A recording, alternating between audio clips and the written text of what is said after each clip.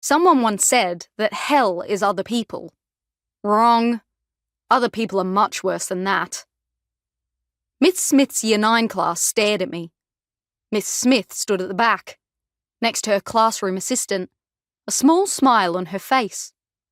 I paced in front of the whiteboard. "Who wants to see some magic?" I said. There was a silence for about 2 seconds. "Who are you, Hermione Granger?" This was a small kid at the front. He had a nose that looked like someone had flattened it for him, and a face spotted with freckles. The boy next to him doubled over with laughter. Others joined in. There was back slapping and fist bumps. I sighed. "No," I said. "I mean proper magic, not CGI stuff." Silence for 2 beats. "Make Alicia here disappear. Do us all a favour." That was a voice from somewhere in the middle. More laughter, more fist bumps.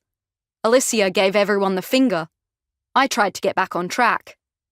"Can someone lend me their phone?" I had to shout over the laughter. It seemed a simple question, but it took forever for them to understand it. The Hermione Granger kid finally handed his over. "Make Gav's porn disappear!" someone yelled. "That phone's full of it!" This time, I thought the laughter would never end. Even Gav cracked up, his freckled face beaming with pride. I lifted his phone high so everyone could see and pressed the power button. The mobile was locked. Of course it was. I should have thought about that. I had to get Gav to unlock it, and that took ages. I was losing my audience. Under other circumstances, I would have been glad to lose them, preferably off a very high cliff. "Bring up a video," I said. Then I thought again. "No porn, okay?" "That's wasting my data," said Gav. "I only want it for about 10 seconds, I said. "Come on, hardly any data." "Nah," he said. "Okay," I said. "Doesn't matter, I'll use my own for this demonstration." I fished in my pocket for my mobile, got up a TikTok video, and showed it to the group. "The famous writer, Arthur C. Clarke," I said, "once remarked that any sufficiently advanced technology is indistinguishable from magic." "What are you on about?"